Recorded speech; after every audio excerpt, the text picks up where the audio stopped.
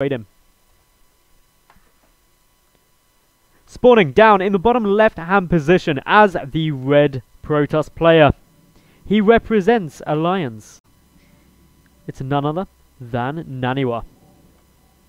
And his opponent up in the top right, the blue Zerg, looking to overcome what many consider one of the best foreigners in the world.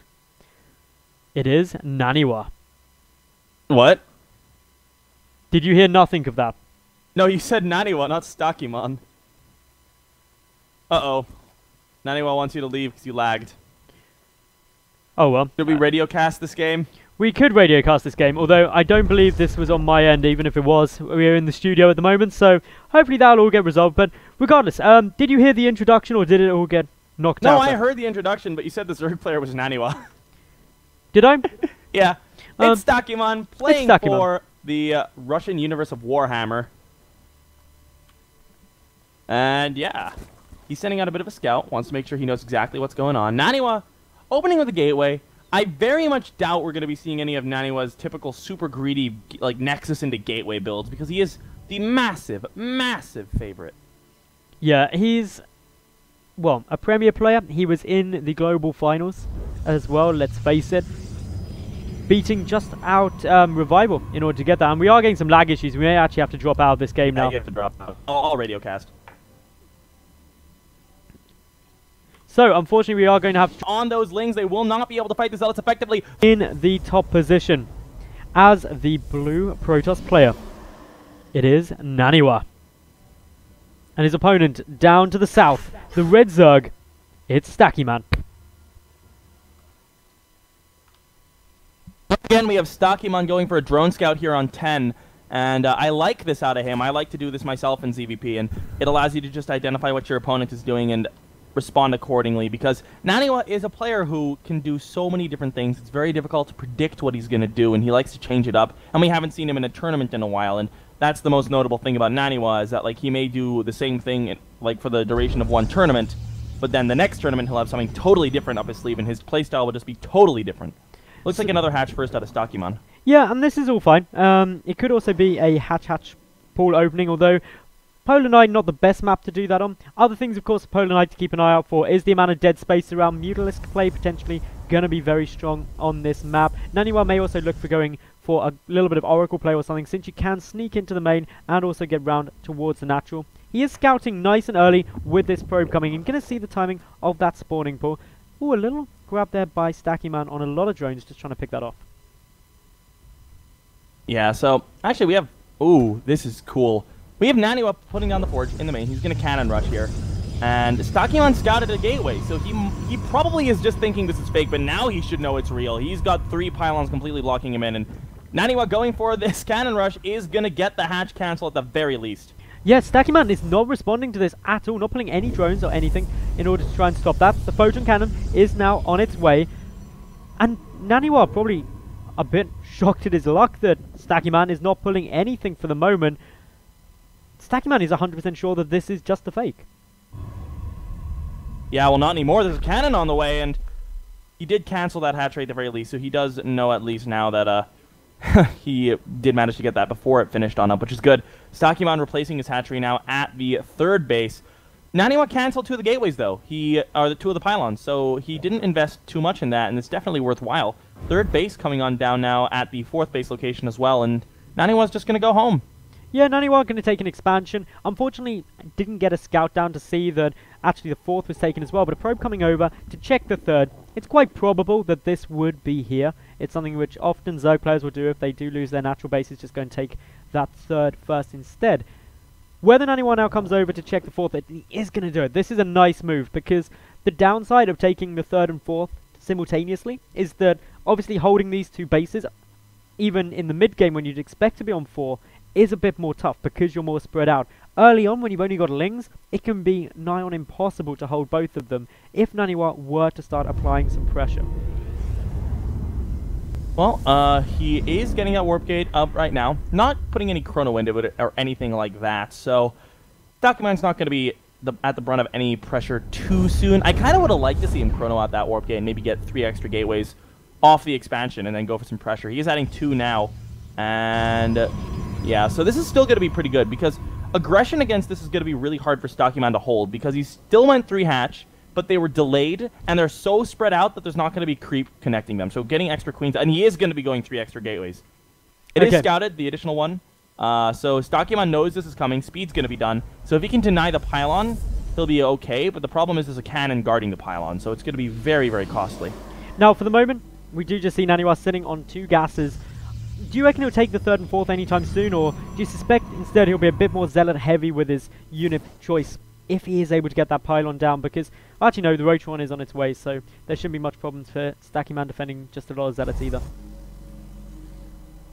Yeah, well, we actually have aggression coming out of our Zerg player here, trying to get a little bit of something done with the speedlings.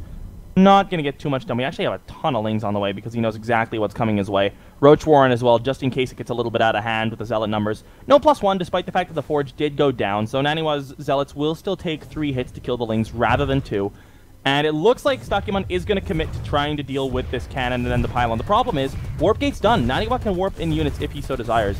Doesn't look like he wants to, though. The cannon goes down quickly, and yeah, Naniwa doesn't have a huge urgency to try and take this out or warp in any units down here for the moment, because he's already done nice damage. If we look at Stakiman's drone count, it's only down at 28. He's 10 behind the probe count of Naniwa currently.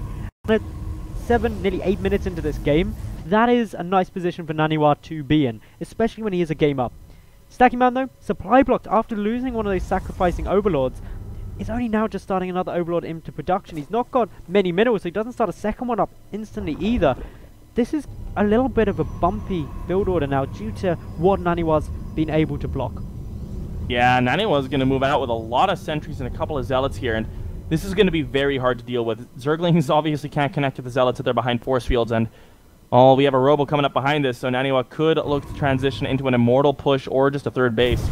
Stakiman's lings could try to pick off a couple of these units before they get too aggressive, but it's going to be really tough with this many sentries. Here we go. It is seen. The pylon coming down alerts Stakiman that this pressure is going to be coming. 10, 13, 16 more Zerglings now in production. But, as you said, the force fields are going to make this a lot harder to get through. Great force fields there from Naniwa. Block the queen, takes it down nice and early. That leaves the queen count only at 2 for the time being. Really not where you'd want it to be. If we take a look at the next warp in, some more sentries and another zealot. So sentry heavy from Naniwa at the moment, ready to just zone out nearly all of Stakiman's army should he try to go in. But the pylon is exposed. That could have got picked off, but instead Stakiman looking to try and actually get guaranteed damage. Unable to, though, with Naniwa's good force fields. And now a recall is probably going to come down, and that should be enough here. Although Naniwa's staying longer just to try to kill off as many lings as possible, and I like that decision as he doesn't lose any of the sentries. No, really good play out of Naniwa so far. Naniwa's lost 400 minerals. The majority of that was actually through the cannon and pylon, which went down. So he's very much ahead at this stage compared to the 1500 that Stakiman so far dropped. Stakiman also is behind in tech. His lair isn't done. While he does have a Rotoran down, his gas income is not astronomical. He's only got 214 gas at the moment, mining off of a single geyser. Naniwa is in a great shape this game, and if it continues like this, Stakiman is going to struggle to level it out. Stakiman's up to a total of almost 70 Zerglings at this point. That's a ton of Zerglings, and he's still making them. He knows this is coming with the Immortals, but it's only Zerglings that he has to deal with this, and I don't know if that's going to work. They'll have 1-1, which makes them tear stuff apart very, very quickly, but with the force fields, they're just not going to be able to connect. We have a total of 15 sentries on the map. And those sentries do have a good amount of energy on them as well, Penguin, so there is a plentiful supply of those blocks available to Naniwa. And Stakiman, if he is unable to deal with this, is basically out of this game because he's only at 40 workers. Way he has below 100 lings almost. Yeah, that's a lot of Zerglings. He's going to come from all angles, which is the best chance he's got. He's going to go in for the flank. He does manage to get this around, but down come the force fields now. A couple of the lings trapped inside, but the zealots and sentries making sure work of them. And this is where the force fields can just keep on coming. That Zergling count vaporized down to only 44 now, Penguin. It's been an incredibly one-sided game from Naniwa, and it looks like he's ready to close it out. This push is unbelievably strong now. And there come the great force fields. GG is called by taking a very, very quick second game. 2-0 for our Swedish player. Yeah, I was going to say, Penguin, do the introductions, and you already started. We're synced now, man. I read your mind, Maddles. I hope you're Anyway, In the bottom spawn location, playing for the Russian universe of Warhammer, we have our Red Zerg player playing very respectably in game number 1, but dropping game number 2 in pretty convincing fashion. Can he take a map off the best foreigner in the world? It is Stakiman. And his opponent, spawning in the top spawn location. You all know him. He is the blue Protoss player for Alliance. Gonna be going up against a 10 pool. Can he defend it and take the series 3-0? It is Naniwa. So, 1 game away. This is a nice position to be in a best of 5. 2-0 up. Because you've got a big margin for error now. Some of that pressure of knowing, hoping that you're going to be going back up into Premier where it all really matters has been relieved. Stakiman, though, went for a very early spawning pool. This could be an incredibly quick game now, Penguin. This could. He's not going gas, so he's not going to be going super all in with speed. I think the plan is going to be just to maybe cancel the Nexus, provided that Naniwa goes for a Zealot cancel, which is something that he did do in the first game. Naniwa not going to be probe scouting this time around. And, well, we'll see how many Lings Stakiman makes. He's going to start with 6. Pretty much a given. Is he going to go any higher to 8 or 10?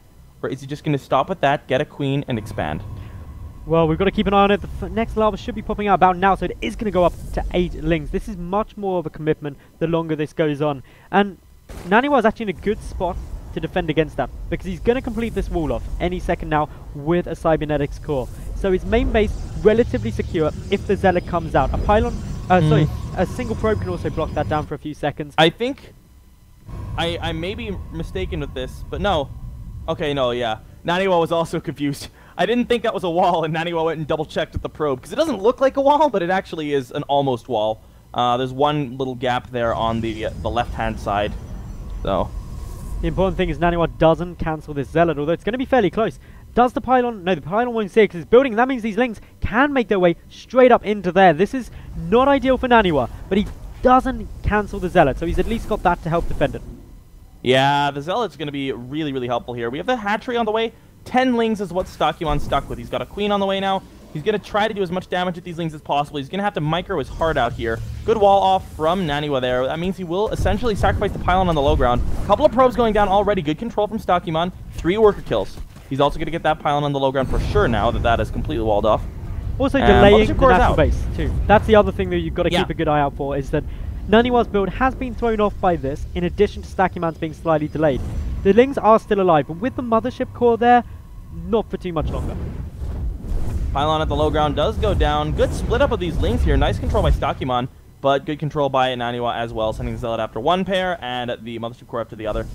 Down will go another worker, though, up to 4 worker kills, and this is doing a pretty decent job for Stakiman here.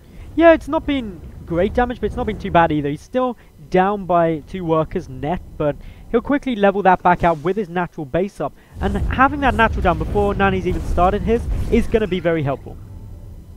Yeah, now Nani was also going to have to destroy that pylon to be able to get out, which is another 100 minerals down the drain, which is very unfortunate for him. Stakiman just droning for now. He's up to a total of 21 with 3 more in production. He's got both queens out and ready to go. Still no gas coming out of him, though, and he's not going to have speed to deal with any potential pressure that Naniwa throws down, but it looks like Naniwa just wants to get his hatchery out as soon as, or his Nexus down as soon as possible, and there it goes. Stakiman saw that as well. He's got an Overlord just sitting outside of it. Got a quick little peek, knows exactly the timing that that was thrown out, which is good news for Stakiman. Having that information really allows him to adapt his build. He knows he can drone heavily. 5 drones are on their way out. It's not like Naniwa decided, let's go for some kind of one base all-in and end it quick. Instead, he just waits patiently, macros up, knowing that Naniwa's probably a little bit irritated by that opening. Yeah, well, Stakiman can also just drone up to his heart's content for the next little while, adding on an extra queen for the creep spread, and this is going to be super nice for him. The 2 Lings that survived are also helping him scatter on the map. Now, here we go. Naniwa adding on 3 more gateways, and this is what we saw last game. He added on the 3 gateways, was able to build up a good gateway force, assaulted the 3rd, took it out, and then came back with Immortals and just won. Problem is, the build's been thrown off a lot this game. He's a little bit behind what he would be. Stakiman's also behind, but the question is who's more behind. And at this point with the Roach Warren coming on down, I actually think Naniwa is not going to be able to do too much to Stakiman. But Stakiman is only on 2 hatcheries, which is another thing that should be considered. Yep. his third hatch doesn't have to rush out because it was a gateway expand after all by Naniwa, and if everything went normal, there wasn't that pressure. Oh, the mothership were actually taking a good chunk of damage. Naniwa needs to pull that back. Does do so. Nicely done. But yeah, the point being, Naniwa, if he went for a standard gateway expand with none of that pressure, you'd expect to see a third base coming up at like 5 to 6 minutes-ish for Stakiman. But since the damage was done and his natural was so late, Stakiman doesn't really need his third until about now, with the way the build's delayed, if my maths is right. Yep, there we go. 8 minutes, down it comes. But the big thing is going to be that Naniwa is up to 4 gateways of production, which is something that is going to allow him to lay down the hurt. But Naniwa has been completely scouted. Stakiman adding on 5 roaches actually should be fine against this if he decides to go pure zealots. If Nani decides to go pure zealots. But again, adding on sentries, and this is what we saw last game. He went sentries out of those 4 gateways, harassed the sentries, got great force fields off, killed off the base, and then just recalled. And that's something that we've actually seen Noni do for quite a long time. And Naniwa going to be adapting to that, moving on out now with his own little force. The proxy pylon, though, very far away from the third base that Stakiman opted to take. So we'll see it too. Forward now comes a lot of these lings and these roaches too, and they're just going to be looking to basically put up a nice defense as the sentries and zealots start making a bit more of an aggressive push in. Will we actually see this do the same damage that it did in game number 2? Because if Naniwa wins this game, he moves up. That could be... Oh, no. He's going to go for it. They won't land on the sentries by the looks of it. But they may have done actually there. One of them looked like it was in a bit of danger. But yeah, Stakiman should be fine here. He's got a good number of roaches on the field at 8, 10 lings to supplement them. No speed on the lings. An extra roach pops on out now. But with perfect force fields, anything is possible with this. And even more units coming in for Naniwa. He's got a supply lead here. This could be rough. Well, straight away, a couple of... Well, the queen goes down. Good number of roaches are around the field. This is far more than game number 2. But if this hatchery dies, it's not going to be good news for Stakiman. Nice force fields by Naniwa there. That should pretty much guarantee this hatchery dying. Enough energy on the mothership core for a time warp and a mass recall. And as expected, boom, mass recall out. Naniwa kills the third hatch and things are safe. He did lose 2 sentries there, nearly 3, so not completely free that time around. But he's doing the exact same build. 4 more gateways coming down here. Going to go up to 8 gateways, chronoing out Immortals, getting that +1. And Stakiman is going to have Hydras this time. Is that going to be what he needs? Is that the change-up he needs to hold this? Well, generally speaking, yes. Getting Hydras in with this composition without any Colossi or High Templar for the Protoss side puts you in very good stead in order to defend it. What doesn't, though, is the lack of the production because your third's down. The lack of the economy in order to afford getting roaches and hydras out. It's gas intensive. You need that 56 gas geyser to really pump it out consistently. So, with all of this going on, Naniwa, I'd still say, is in a strong spot, and knocking out that third is definitely going to be annoying and quite an obstacle for Stakiman to try and overcome if he wants to stop this pressure.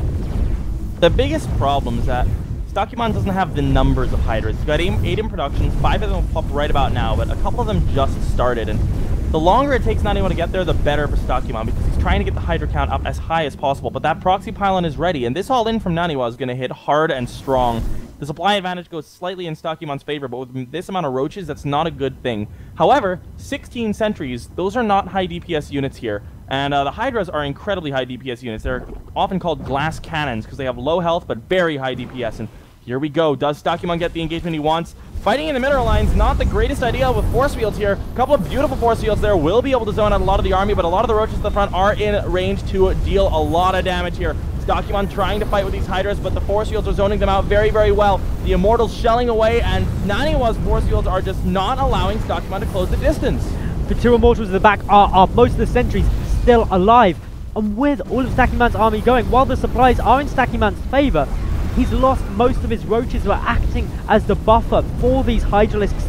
And without that damage buffer, the Hydra's so fragile, taken down quickly. GG's called, and Naniwa takes the series nice and quick, 3-0.